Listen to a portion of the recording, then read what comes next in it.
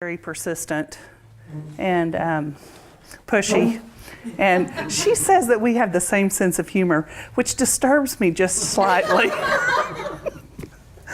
One of the things she told me is she said, most people that do this do a little brief biography in the beginning. Well, the strange thing is that my biography is my story. So mine may be a little bit different. I'm not going to bore you to tears with my research. I'll give you just a glimpse of it and we'll move on from there. You can go to our Centers for Excellence if you want to really see the whole thing. So I will start from the beginning. So this is me just a couple of years ago, not so long ago. I was born in Plainview. I'm the third child of four, and so I'm in the middle. I have two sisters and a brother, and the brother is horribly spoiled because he had three sisters growing up. My parents were not very adventuresome in their life, and so they were also very poor and married very young. So they traveled up and down the Amarillo Highway having babies. So my oldest sister was born in Lubbock, my brother was born in Tulia, I was born in Plainview, and my sister was born in Amarillo. So they didn't get off the road very often. Fortunately, after my sister was born, I think the car broke down and it was all over. So they had no more after her. So people often ask why the Laws. My mother is Lemoyne, my brother's LaDell, and of course I'm LaNell. My younger sister is Lucretia, and actually her middle name is Lynette, so she got a double whammy. My oldest sister is Cindy. So go figure, but she is Cynthia Lemoyne, so she kind of started the role. In 1969, we were living in Lubbock. My dad was a state meat inspector, and at that time he decided to leave his good job where he actually had insurance and a paycheck, and he went to Sunset School of Preaching. And so it was just this major leap of faith. And I can, even though I was young, I can still hear my mother. I'm sure she said, "You're doing what?"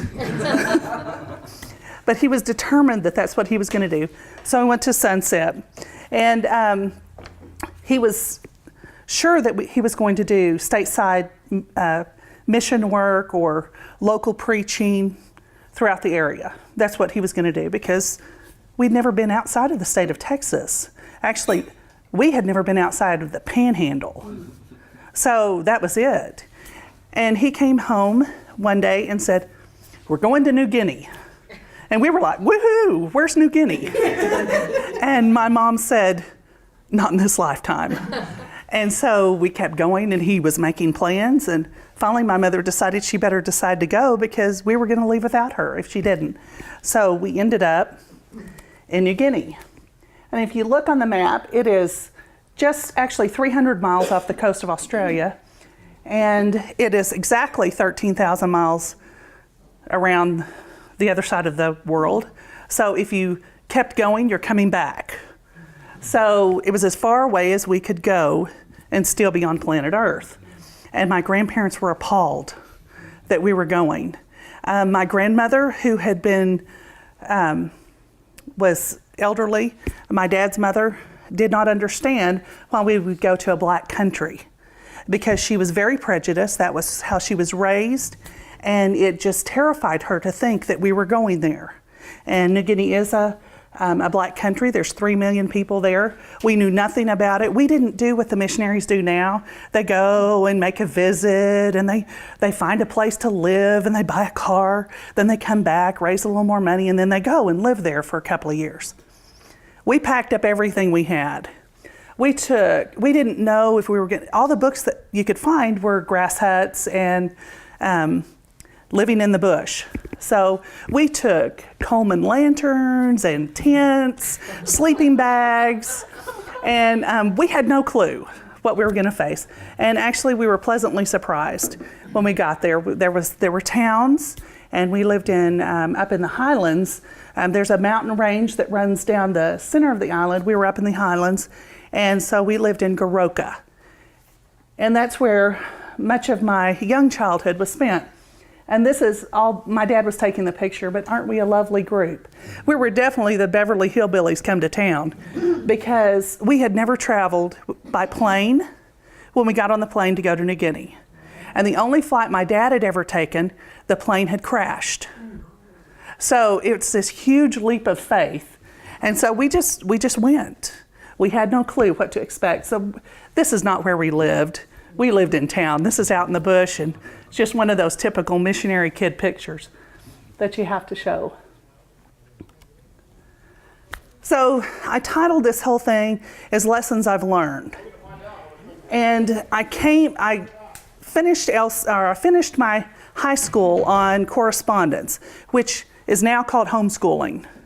There were no schools for us to go to. My elementary, I had 2 years in the international school there with government officials, children from Australia, from England. But those programs ended at the 6th grade because all those kids were shipped off to boarding school.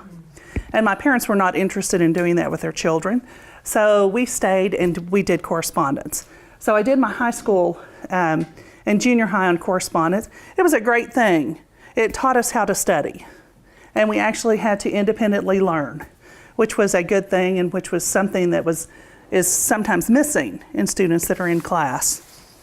My time in New Guinea was just great.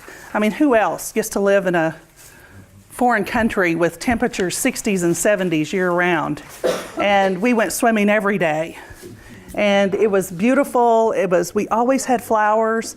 The grass was always green. When we came back to the States 3 years later for a furlough, we came back in the fall. And the first thing we said is, what happened to the grass? Because it was all brown and crunchy. And it was quite a culture shock coming back as opposed to going. The culture shock was here in the States.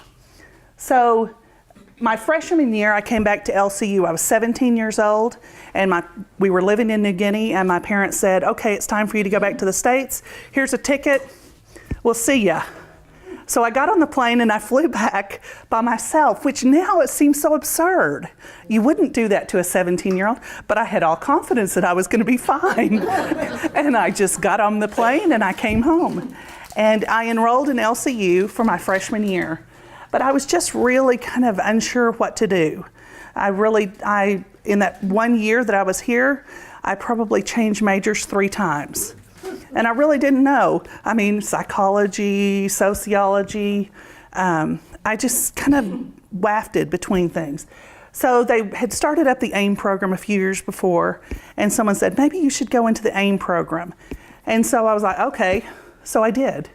And there was a small group of us that actually went through the program together and went back to New Guinea, but on the other end of the island, where they had a school of preaching. I worked with the women's ministry and the children. At a young age, was teaching people how to teach children, which was very interesting. I also had my first exposure to teaching health education out in the villages. There's a lack of education in the villages, in the areas, in third world countries. And so anything I knew was so much more than they knew. And I didn't have a health education background, but I could teach them about hand washing. I could teach them about malaria medicine. I could teach them about wounds. And so I did that. I would go out, I would get in my little rickety old Subaru that had metal seats in it, and go out into the villages, and that's what we did. And we did some health education out there. So that was my first exposure to doing anything in healthcare. Another lesson is God will provide. So I got back to the States and was just really unsure what to do. I hadn't finished college. I'd only gone a year. And trying to get a job was just really, really tough. And so I did some retail sales. I worked in a meat market. I was a receptionist for a while. I was an office assistant for a physician in San Antonio. And that kind of got me a little bit interested, but I thought, ew, the whole thing of hospitals and, all the things you have to deal with, I don't know that I want to do that. And there are diseases you can catch. So I try to avoid that. I thought I was the business person. That was me, business. So I became a business manager here. I got a job here in town for it was a single physical therapy clinic. And it was small, had one physical therapist. And over the next 10 years, built the business up till we had multiple sites and we had over 150 employees. And so I wrote all their policies and all their hiring and all that. And so this is where I was going to be. This is where God planted me. And I was going to be in business. And I did such a great job that I came in one day and the owner had flown in, and which he did frequently, and he called me to his office, which was a common occurrence. And he said, over the weekend, I had a great offer from a company out of Georgia. I sold the company, and they're bringing in their own leadership team. And thanks for the last 10 or 12 years, but we'll give you 8 weeks of severance pay, and it's been great. You can pack up your stuff in your office. And I was like, oh, what do you do then? So, new beginnings. I thought back to, I actually applied for other jobs similar to that, but I was going to have to start at the bottom again. And salary-wise would have been a huge cut. I went to Austin, San Antonio, Dallas, Houston, applied for jobs, was offered several, and decided, I really didn't like it after all. I mean, it's just something I did and thought that's where God placed me. What would I do if I recreated myself? How many times do you have the opportunity to do that? And so I decided that I could do one of two things. I could be a nurse or I could teach. Because when I was in the 3rd grade, I took one of those aptitude tests, and they said that those were the things I had an aptitude for. Well, nobody had told me different since then. And so I was 30 and thought, well, okay, nursing or teaching. So I applied to tech, sent in the $50 application fee, and never heard a word from them. They took my money and never heard a word. And I also applied to South Plains College LVN program because I thought, I don't know if nursing's for me, but I could do it for a year. I could be broke for a year and go to school. And I knew I could continue on if I liked it. So in 1996, I joined the LVN program at South Plains. I worked in a funeral home. I've got stories about that if you're interested. I cleaned offices. I did everything I could to support myself to be able to go to school. But nursing programs at that time, the requirement that they ask of you is you do not work. I said, who's going to support me? So I did it on the sly. I was in funeral homes in the evenings. I was able to study. It's quiet. It's a great place to study. Nobody bothers you in there. And then after we closed, I would stay and clean until 1 or 2 in the morning. And then I would go to school the next day. So I'm sure I had some of those days that I was a little droopy. In 1999, I continued on because I had learned my first week of LVN school, I know what I want to do. I want to teach nursing. So my first question to my instructor is, how do I get there? She said, you're a long way from it. So I said, okay, what's my next step? She said, you've got to have an associate's degree. So I continued on and got my associate's degree in nursing and took a couple of classes for my prereqs here at LCU. I took, I think I had to have a computer class, and I took several classes here just because it was local and I could do it fairly easily. God's plan is often unexpected. 20 years later, I came back to LCU to get my bachelor's degree in nursing.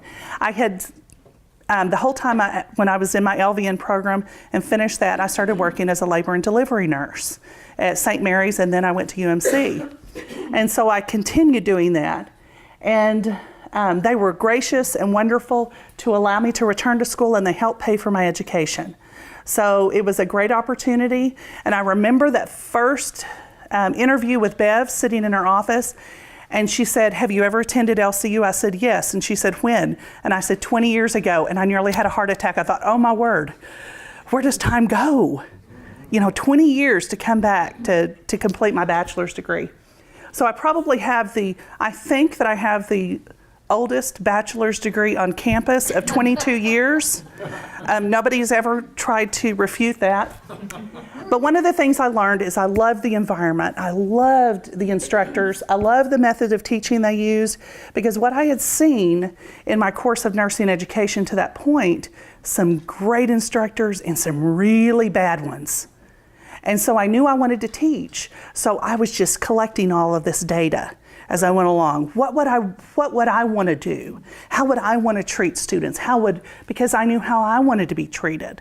I had had that clinical instructor in my face screaming at me with spit flying all over me as she chewed me out over something I had no control over. And I thought, that's just ridiculous. And I thought, as God is my witness, I will never do that to a student. So whenever I graduated, I walked across the stage and I hugged Bev and I looked at her and I said, I'm coming back here to teach.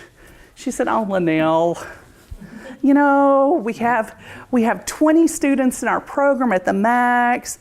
We have 3 full-time faculty members that are not planning on dying anytime soon. And so, you know, it's probably not going to happen. I said, you never know. So in fall of 2002, I knew I needed a master's degree in order to teach. So in fall of 2002, I went to West Texas A&M for their master's program. Bev called as I was heading out there to start my classes and said that they had gotten a grant with the South Plains Coalition of Nursing Programs. And it allowed them to hire a part-time, teaching assistant. She said, would you be interested? Now, I have learned over the years that if God sends you something great, do it. The rest will fill in. And I thought, how can I do that? I'm still working full-time at the hospital, and I had also signed a contract at South Plains College to start teaching there full-time. So I'm thinking 2 full-time jobs and a part-time job and a master's program? Sure, why not? May as well. Because God had led me in those directions and I knew that something would work out. So I did all those things. I taught and it was a wonderful experience. It was perfect for our program here because as I was teaching at South Plains, I was funneling students this way. So our program jumped from 20 students to just 2 years later, we were up to about 80. So our program had tremendously grown, which was a good thing because I still have a plan, you know. Another lesson I learned is always trust in the Lord. I completed my master's, and on my way to accept a teaching position at West Texas A&M, Bev called me. I was literally on the road, and she said, one of the 3 full-time faculty members has taken a position at Tech. We would love for you to come and teach for us. I'm like, man, God's timing is great. And I said, I'm going to West Texas A&M to accept an offer and to interview with them, and I intend to take it. And she said, we would love for you to be here. And I said, let me call you back. So I prayed as I traveled down the road, and I called her back and I said, okay, I'll take it. And got to WT, and I said, I was on the way here on the road to WT. I had a vision. and I said, I'm going to teach at LCU. And she said, okay. Heidi Taylor was fabulous. She has continues to offer me positions there, and I've continued to say no. But it was a great opportunity, and it was really good for me it was good to be wanted, you know, as a new teacher in nursing education. So another thing that really kind of steered me towards staying here is my father was very ill at that time. My mom was the only other family member living here, and I thought, I really need to be close. I decided that Canyon would be close enough, but my other siblings lived in California, Pennsylvania, all over the place, and so I stayed here. Along the way, we have lessons in humility. And as many of you know, any doctoral program is a huge lesson in humility. I thought nursing education was a big lesson in humility. When you're told you know nothing and, by those bad instructors. But a doctoral program just really, really brings you down to the point you're like, man, I don't know much. And so it is a huge lesson, just that in itself, in humility. I had many successes. I was a student that I am a good student. I will jump through every hoop you put in front of me, and I will ask questions along the way. Many of them you probably don't want to answer, but I'll ask questions because I want to do well.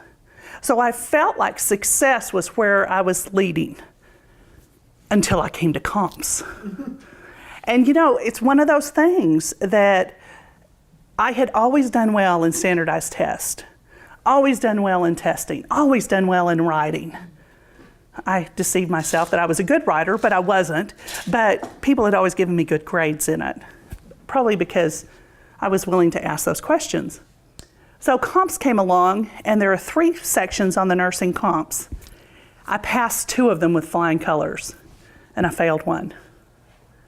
And it was just like, I remember sitting on the couch thinking, this can't be true. So I pulled the letter out again that I'd thrown on the floor, and I read it again. And then I put it down, I picked it up, and I read it again. I thought, oh my word, how does this happen? And Joanne remembers those horrible days after. Joanne's like, oh, I've tried to forget. I've had counseling since then. But it was awful to have success and then fail. But what I found is that others had done that as well.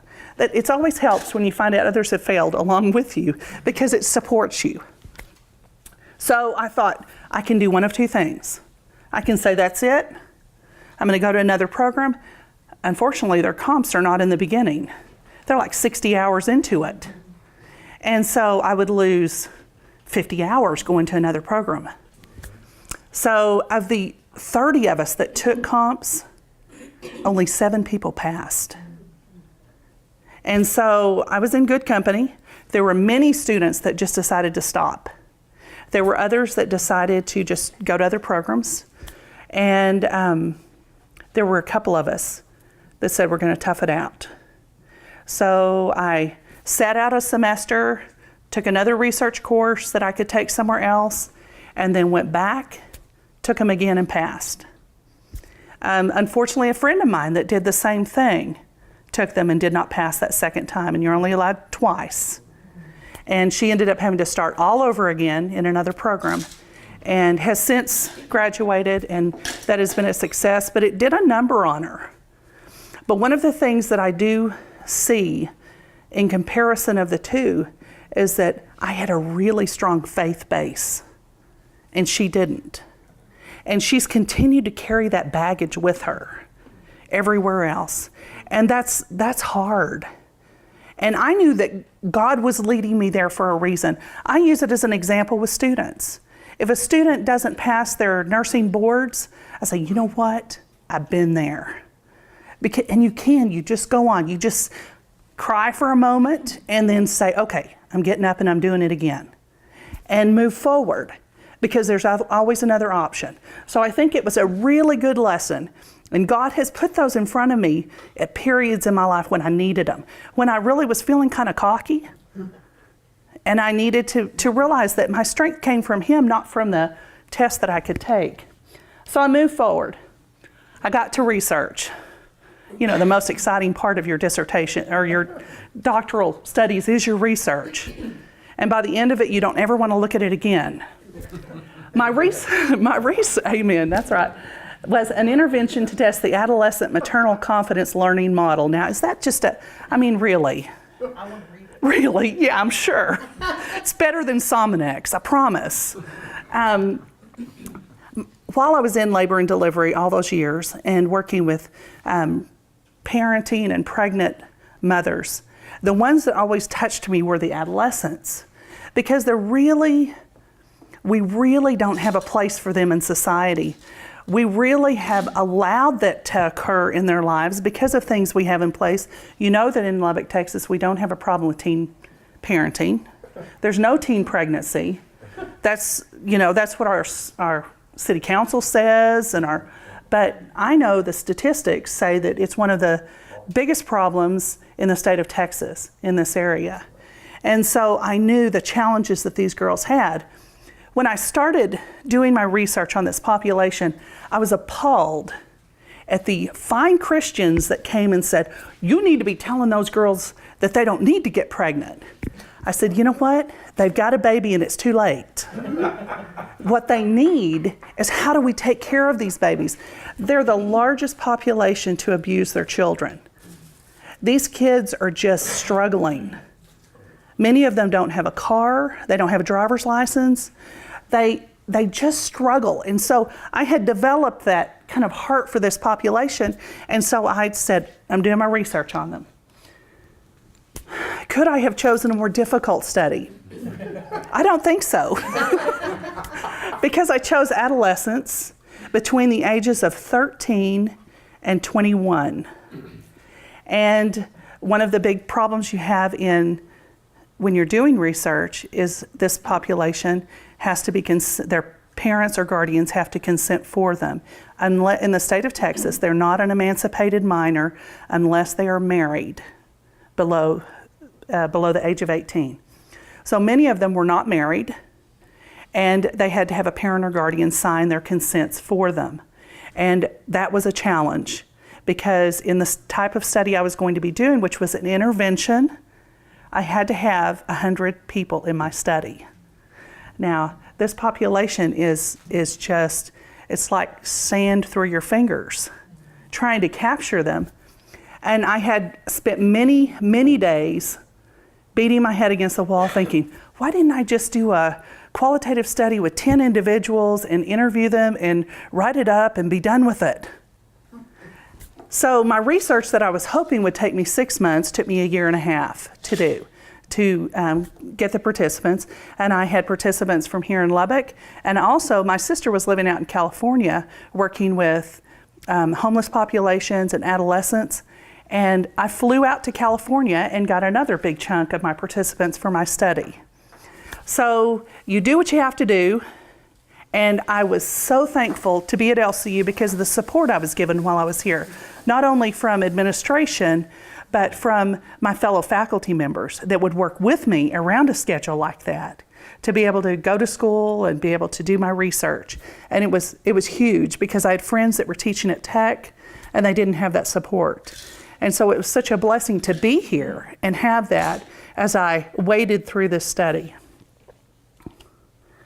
Now, just to really heighten your interest there, Rana, in the process of doing this, I developed a research model. And this is the adolescent maternal confidence learning model. And the premise of it is that in using Einstein's stages of adolescence and Bandura's social learning theory, I developed a tool called Baby Basics 101, which is a series of classes to teach adolescent mothers how to take care of their infants. And it's basic. It's things like, how do you give a baby a bath? How do you hold them? How do you give a baby medicine? When do you take them to the doctor? When is it an emergency? So I had a series of classes that I taught adolescents with the assumption that the people that took the classes, their confidence in their parenting role would increase, because we knew that teen parents have a low confidence level in their ability to take care of their infants. Well, wouldn't you? If every time you go to Walmart with your baby inappropriately dressed because you don't know any better, and your baby's screaming, and half the people in there are rolling their eyes at you, would you have confidence in your ability to take care of that child? Probably not. And so as the confidence increases, their attachment to the child will increase. When the attachment increases, there's less likelihood of abusing the child or abandoning them. And so that was kind of my premise as I went through the study. Baby Basics 101, it's about a 70-page document. I'm currently working on it slowly but surely. I would like to get it to the point that I can maybe publish it at some point to be taught in hospitals or in parenting classes. We do a great job in doing prenatal care and prenatal things for women that are parenting, but we don't do a good job afterwards. We actually rush them through the process, send them home with the baby and some pamphlets that end up in the parking lot in the hospital. So I think we can do a better job after the fact. In England and other countries, they have home health nurses go for a year. They visit, and they have a lower incidence of child abuse and other issues related to it. So I would like to do something to further that. Now, I had 102 participants, and it is unheard of in an adolescent population to have 100% completion. But I did. I had 100% of them complete. Now, you've got to think, how do you get that many adolescents to come? Well, I had to go find them. Where were they? And I went out to New Directions, which is a program for parenting and pregnant teens here in Lubbock. And I had to go through LISD to get approval, which, you know, we don't have a pregnant parenting teen problem in Lubbock. And LISD, for them to approve it, was a God thing, because I honestly did not feel like I would get approval to go into. They even approved it to the point that at the end, I needed about another 10. I was able to go into the Friendship School District. They, because I had the LISD approval, approved me to come in and talk to some of their pregnant parenting teens. So it just worked out. I mean, God just opened it. My advisor said, "You will not get approval."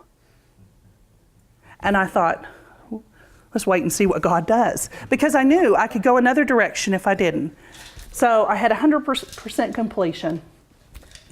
And I graduated. I know, isn't it scary? In May of 2011, but even in this, I recognize that God has a great sense of humor. And I love that about God, because I know I inherited that from Him. And so, because I defended on April Fool's Day, I graduated on Friday the 13th. And I presented it in a national forum in our National our Nursing Honor Society on Halloween. So I know that God has a great sense of humor, and I love that about Him. So post-PhD, I plan on continuing volunteering in the community with adolescent mothers. I'm advising some MSN and doctoral students in other universities that are working with this population, kind of how to go about researching this population, who you need to contact, what you need to do. All the mistakes I made, I can let them know so they don't go through the same thing. So I'm continuing to do that. The future, well, we have great plans over in our little bitty nursing building that we have so many students that we don't know how they get in and out. That's another God thing. But continue to grow the RN-BSN program. We have great plans for that in the future. I also want to continue teaching and influencing the next generation of nurses. Someone's trying to call me. I have started, this will be my second year to take graduate students to Kenya this May, and we are working with nurses in Kenya to help them raise their scope of practice and be able to work at a higher level. And it has been an amazing experience, not only for the Kenyan nurses, but for our nurses, to be able to see how nurses can do a great job with so few resources. And it has been really a life-changing thing for our nurses. And so I'm going to continue doing that. I'm exploring options. I would love to take a group to Haiti and do a similar type work. I'm not sure how I would do that, but I'm looking at that. With my mission background, I'm always drawn to third world countries. And so that's always my pull. I always acknowledge that God's in control, and who knows where He's going to let me land. I have no idea. I will always be thankful for LCU. I have no plans on leaving. This is not my farewell speech. But if God put something in front of me, I would be gone. So just know that. So I just want to stay open to possibilities. These are some of the many trips that we've taken. And then one of the craziest trip is just being on the faculty here with the LCU nursing faculty, because they are one psychotic group of people. I always suspect. Yes, always. Any questions? Well, I'll start. Oh no. I forgot to write down what year you came to LCU. You're trying to figure out how old I am, aren't you? No. I turned 50 last month. No, I want to know. I know I how look long like it I'm took 28. you from LCU to May 2011. I graduated from LCU in 2002 with my No, bachelor's but degree. Your first year Oh, that you 1980. 1980. That is such a great story. It's a long, drawn out. I tell students, be patient, because the dean of Texas Women's University, Cindy and Joanne will totally understand this. I'm slightly pushy, just a little bit, and I definitely am what my father always called a bull in a china closet. When I have an idea, I'm moving forward.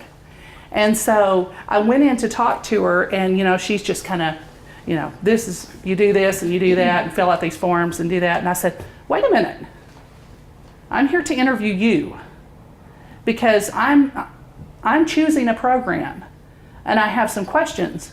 And she kind of sat back because students didn't talk to her that way. She only lasted another year and went somewhere else, thankfully. But I said, I want to finish in 4 years.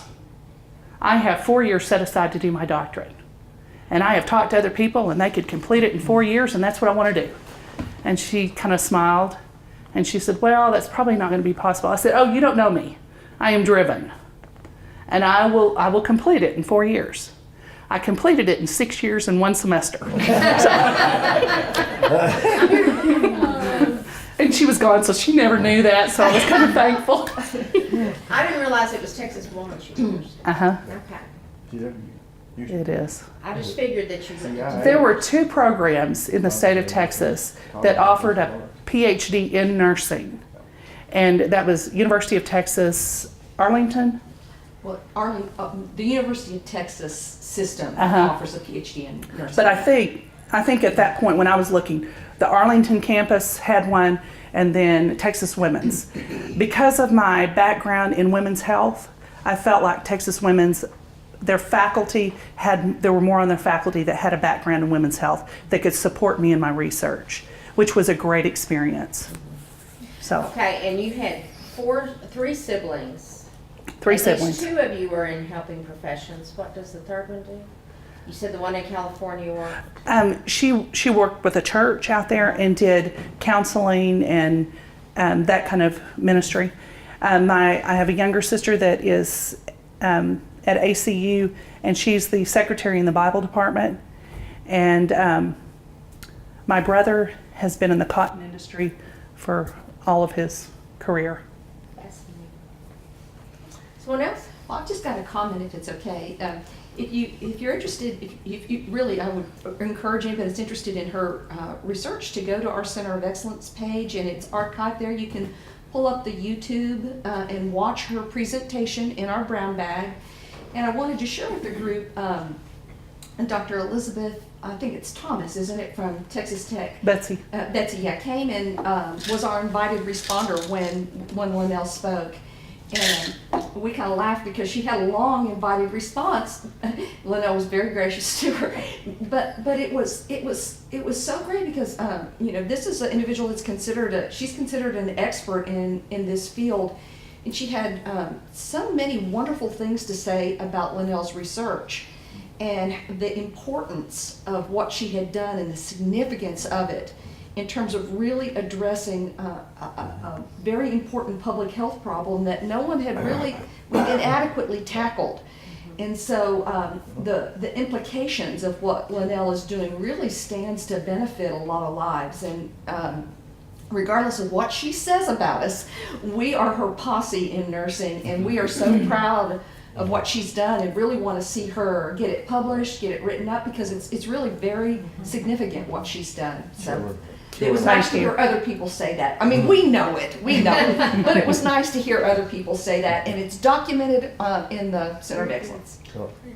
Thank you. Well, I missed the first part. Were you born in New Guinea? No, I was born in Plainview. Plainview. Y'all went to New Guinea? Actually, I was born in the parking lot of the hospital in Plainview, if you really want to be specific. Yeah. 2 weeks late, and I've been trying to catch up ever since, and I'm still behind. I went to New Guinea when I was 10. 10, right. I was there 9 years, total of 9 years. My parents were there 16, I think. While we were there, my father started having numbness in his hands and feet, and of course, health care there is awful.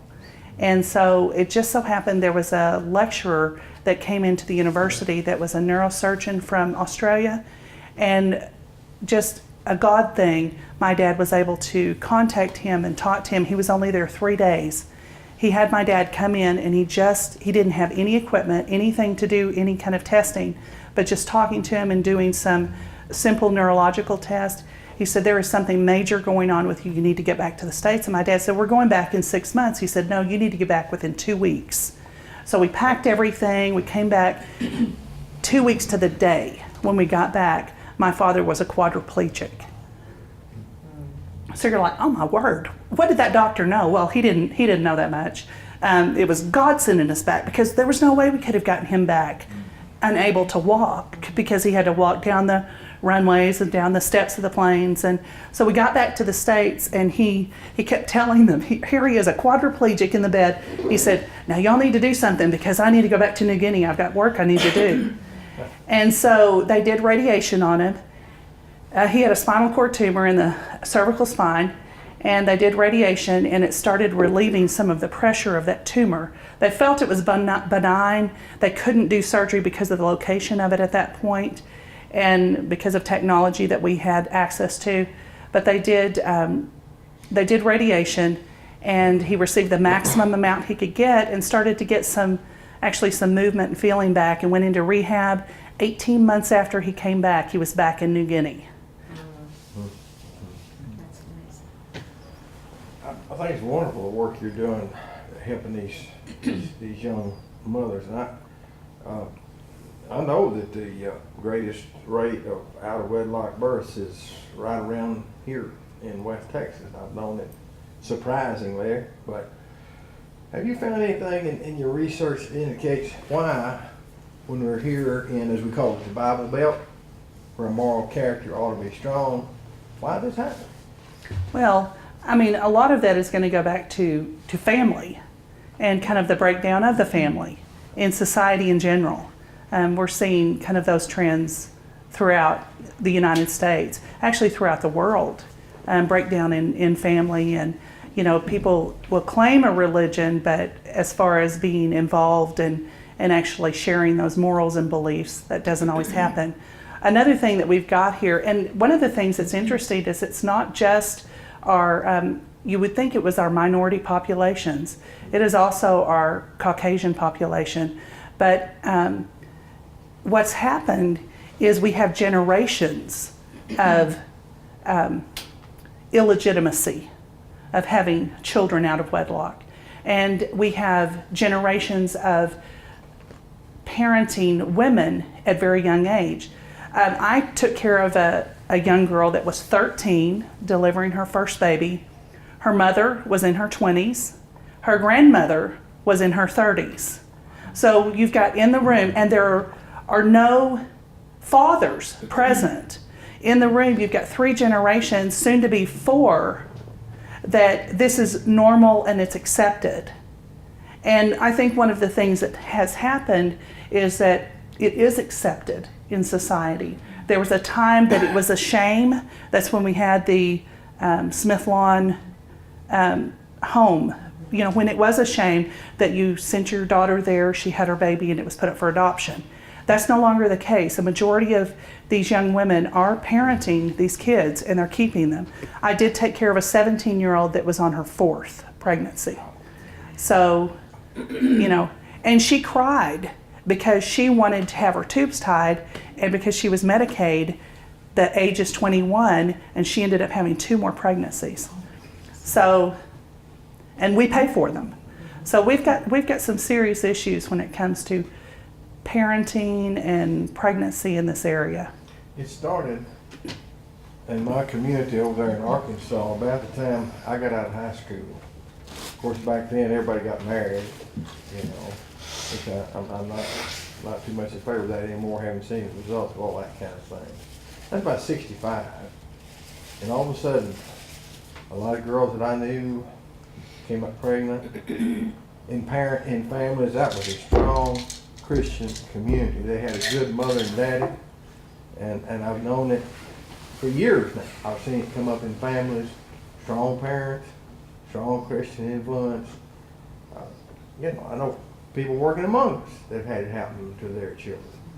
So, Well, one of the things that I don't understand it. I get from it is that I see grace.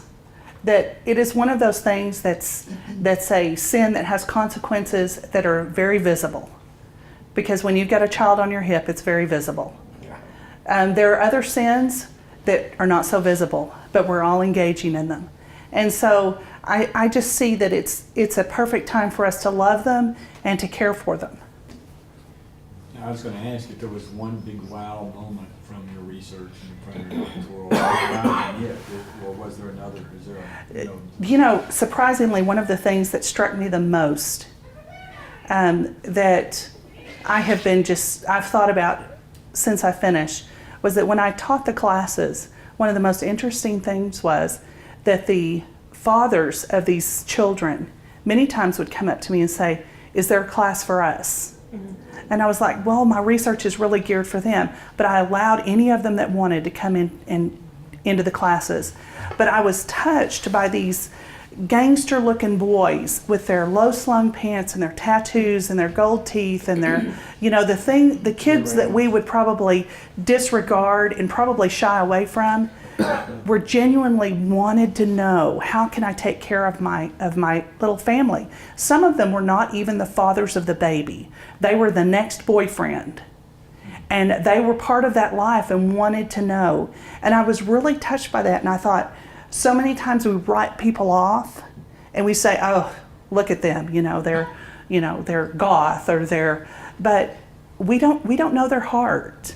And I think that willingness and that being non-judgmental and teaching them and answering their questions, I think that was a huge eye-opener for me.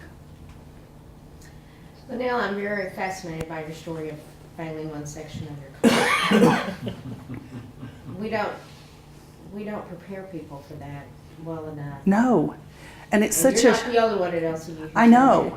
So how did you work through that? Well, I'll tell you what, my daddy didn't raise no quitter. And so when I got the letter, because, they didn't call me, I got the letter. I was going to school in Denton, and I got the letter here in Lubbock, and I opened it, confident that I passed. And when I didn't, first thing I did was I cried, and then I was mad. Then I was gonna, figure out some way around it. And it just, fortunately I come from really tough stock. And I just, like when I lost my job, it was devastating. My whole world had changed. What do you do here? And I'm a planner.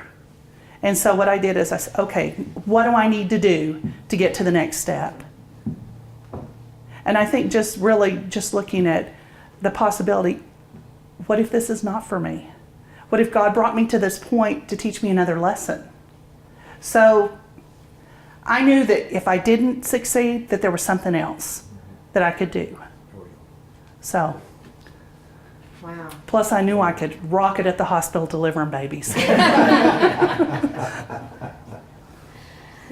else? Wow. Let me just finish by saying you are a great storyteller. And that's one of the benefits, I think, of these forums is that we get to hear somebody's story, and what a great story yours is, triumph over adversity. So thanks for sharing.